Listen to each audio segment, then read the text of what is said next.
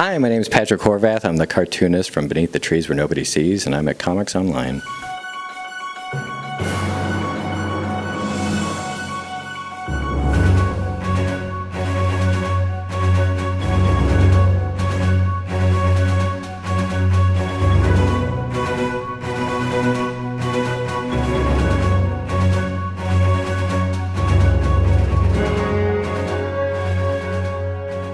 I'm here with Patrick Horvath, the writer, artist, originator, creator, murderer of Beneath the Trees Where Nobody Sees. Patrick, the most important thing that everybody wants to know, Eisner nominated Patrick, by the way. Nominated, what was the nomination precisely? We got the nomination for Best New Series, and I'm also up for the Russ Manning Award. Dude. Yeah. How excited are you? It's to be totally honest, I am just trying not to think about it, and just keep going. I mean, the cool thing about San Diego Comic-Con is that it's like nonstop, and because it's so crazy, I'm just going with it, and just trying not to think about too much stuff other than that. Okay. Well, all right. Where I was going was what we need to know. Is what do you do beneath the trees where nobody sees? I mean, it felt so sinister, like nothing good. Nothing good. So your story is about Samantha, an anthropomorphic bear, who is, spoilers, you learn this pretty much immediately in the first issue, is a serial killer. Much in the same vein with Dexter. She's a serial killer of the bad guys. No, not even. She doesn't kill bad guys. She kills the people who mess with her life, right? Well, I mean, like, to be honest, the actual, like, what she's been thriving for decades, and the way that she thrives for decades is that she doesn't kill anybody in the small town of Woodbrook where she lives. No. She kills them in the big city. Yeah. And then she also picks them at random. Oh, I was thinking that's the big difference probably with Dexter. Yeah. And so, and I very much wanted to make that distinction with it. And I was familiar with Dexter. I've seen an episode, and I didn't want to watch too much because I didn't want to feel like I shouldn't do something based on something I saw. So, you know, just to guard myself from even worrying about that, I just stopped because I was like, oh, this is obviously like this would be a lot of good stuff to look at. And I was like, I should really like limit how much of that I see. But the one thing I knew is that he killed bad guys. And so then I was like, she definitely kills at random because it's so, you can't trace that. It's just sort of like an act of nature, sort of like the way animals kill in the wild. Yeah. So it's just happenstance. It's total happenstance. But as you kind of allude to, there's more than one killer in Woodbrook. Yeah. And the problem is that Samantha, can't have that. So she has to figure out who amongst the other cute animals is this other psycho, so she can deal with him before it gets out of control. That's important to do. Yeah. You can't have too many serial killers. Not in the same small town. No. So yeah, I was thinking it was like, oh, somebody steps out of line and interrupts the tranquil beauty of her little town. Well, I mean, in a sense, yeah, I guess that is happening in a way. Yeah. But yeah. Okay. So where did you come up with the title? Where did you come up with the general environment that you found this story in? Well, I was just doodling, like, this is like 2017 or something like that, and I drew this anthropomorphic bear with a bloody axe on their shoulder, and I was just, it was honestly just kind of came to me, and I was just drawing, and I was like, well, it'd be kind of funny if they lived in sort of a, this anthropomorphic town, kind of like a Richard Scarry's Busy Town, if you're familiar with the children's author, something like that. It's just a bunch of cute animal people, like Animal Crossing or something, right? Sure. And let's say, like, I was like, well, it'd be funny if there was a serial killer in a town like that. That would be pretty humorous, like, in a very demented way. Like, it'd be very interesting to me, right? And then the more I thought about it, I was like, it'd be funny if there were two serial killers in, like, the same small town, and then the main drive was, like, trying to figure out how to deal with that. And so I immediately thought of Beneath the Trees Where Nobody Sees when I was thinking of this, like all in this sort of same moment. Wow. Because way back in the 90s, there was a kids' music compilation album that had a bunch of different stuff. One of them was like an updated version of this classic song, Beneath the Teddy Bear's Picnic. And the chorus from Teddy Bear's Picnic is Beneath the Trees Where Nobody Sees. They hide and seek as long as they please, because that's the way the teddy bears have their picnic. Wow. And so that was, So that was the, and I always thought that was so sinister, even way back then. I was like, so what are they doing beneath the trees where nobody sees? Like, what is that? that. And so as I was thinking of this serial killer bear story, I was like, and it's called Beneath the Trees Where Nobody Sees, because this is what she does. Oh, that's beautiful. And that's the great deep cut. I would appreciate a great deep cut. I love that. That's great. Well, thank you. So here we are. We've completed that story, and like we said, you're Eisner nominated for it. You can't not come up with a second story. I mean, as soon as I started doing the first issue, and I started like building it out, I was like, there's like so much you could do with this. The framework of it, having these animals that, I mean, like the violence, it's a mature reader book. Like if anybody doesn't know yet, like this is not for kids. It looks like it's for kids, it is not for kids. And it's very specifically like, needs that cuteness to kind of counteract the grounded violence that I have in it. The violence is very like, it's not, exploitative necessarily. Like I mean, it's a little crazy, but at the same time, like it's very anatomical, and there's impact that amongst the other characters. Like there's funerals for characters that fall victim. Like there's stuff that happens. There's ramifications, right, and consequences, and that was all really important to me. And so it was just kind of crazy to put that together. It felt like it had to be. Yeah. That's madness. That's such a delicious story that was just waiting to be written. Yeah, it was just hanging out inside here. Yeah. Just, who knows what else is in there. But as soon as I was doing that, I kind of felt like, I'm having a blast doing this, and I could do a bunch more. IDW really enjoyed the process working with me as well. And we put together a prequel, which is out exclusive here at San Diego, and you can pick it up at IDW's booth. And it's basically just like a prequel ash can that takes place like almost 20 years before the story in Young Samantha. The Trees, yeah.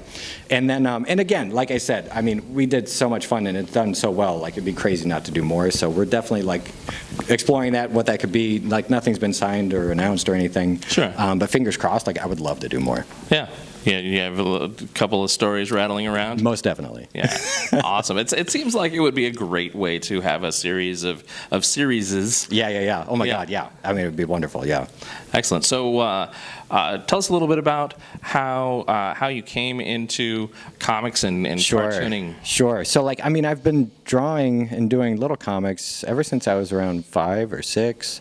I mean, the thing that's sort of strange about me, I guess, in my story, and especially with this book, is that I kind of showed up out of nowhere for a lot of people, and I have a whole nother life where I, write and direct little independent horror movies. Oh. And so I've been writing screenplays since like 2000, and practicing narrative storytelling for quite a while, and I've been drawing a lot since since I was like 5 or 6, right?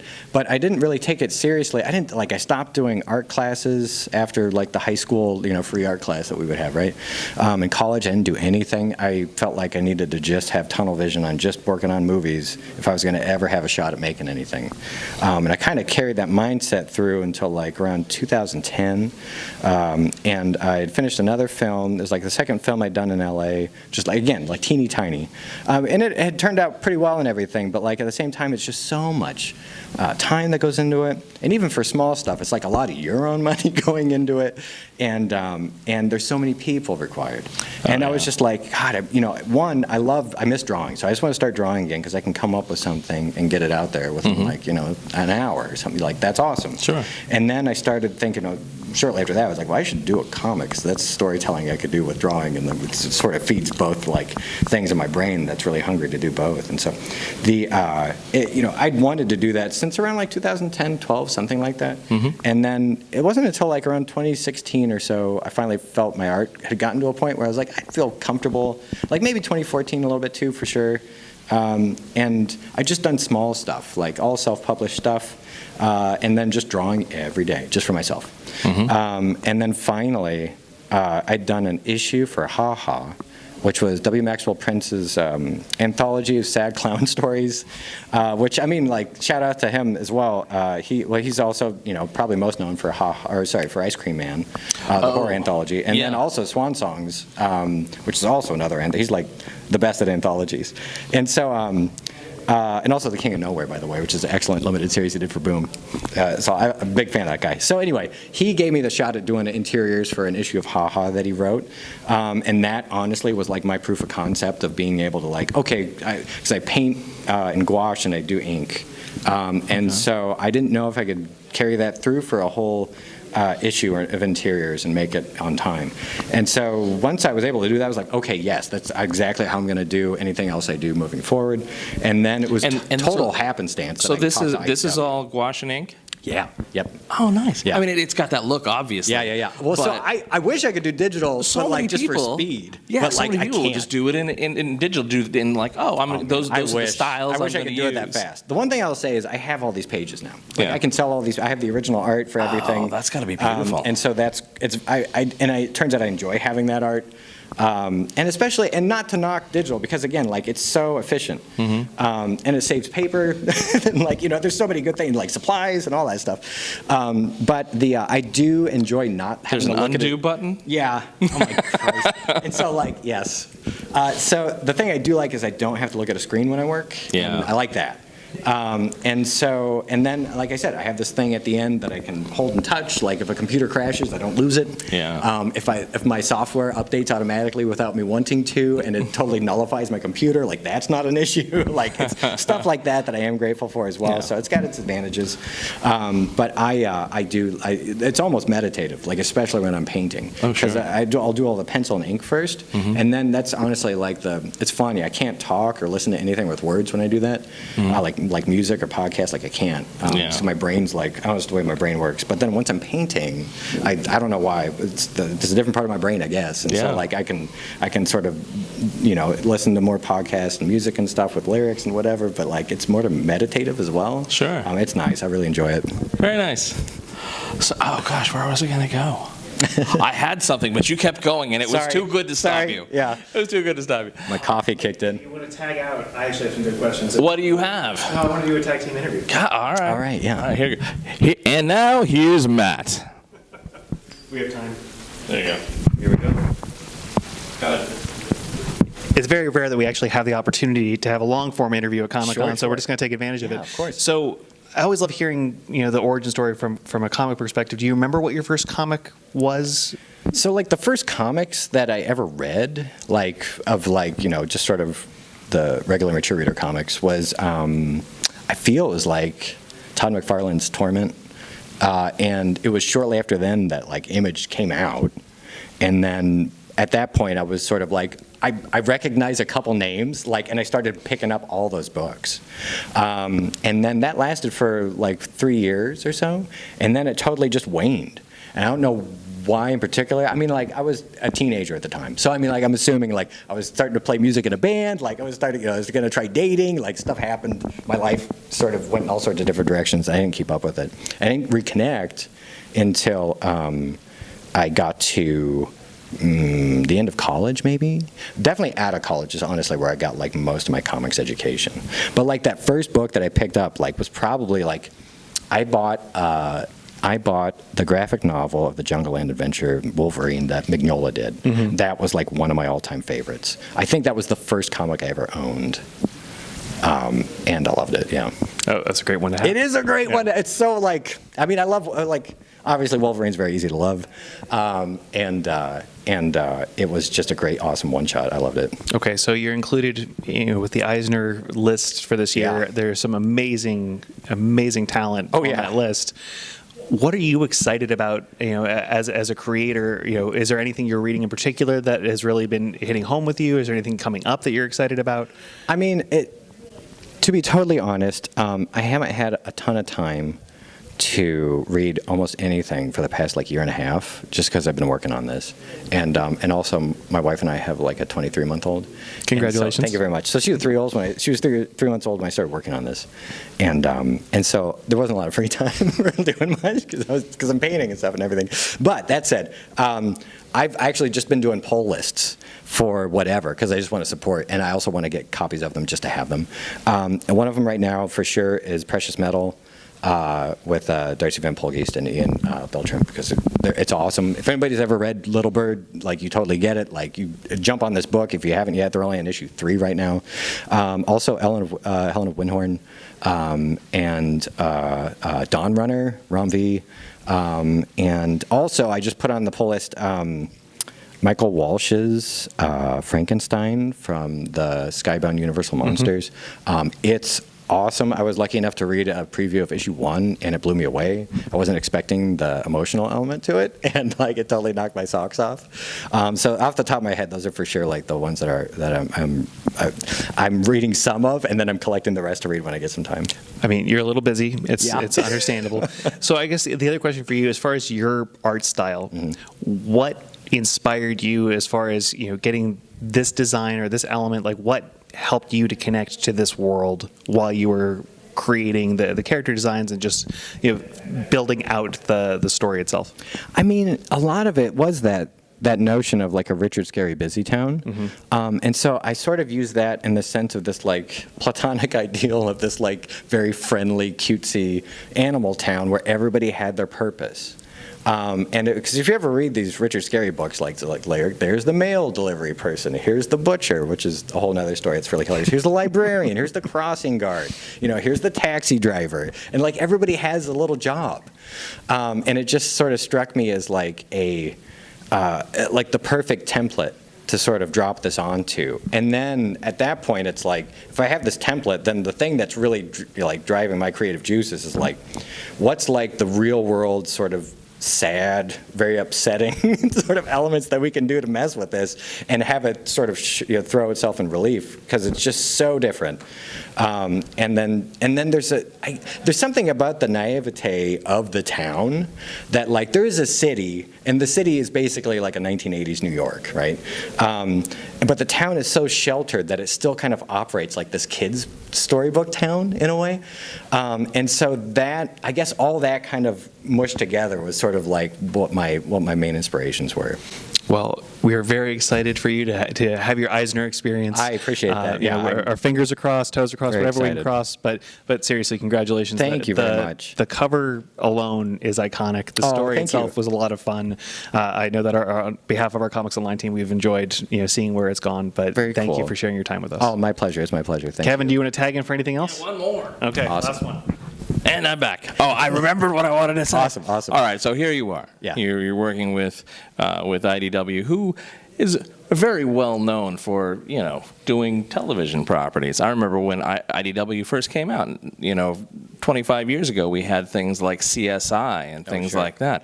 What about the reverse? Are we going to see, are we going to see Beneath the Trees Where Nobody Sees? And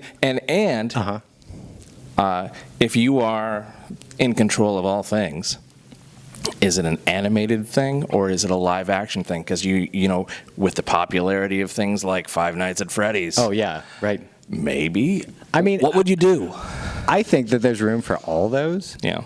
To be totally honest, and I feel like initially, like my thought was that like as I was working through, I was like, this would be really fun as like a handmade kind of stop motion thing, or like maybe like a CG, but it still feels like it's that stop motion texture-y. Like it just kind of you could really like feel like you could touch and feel.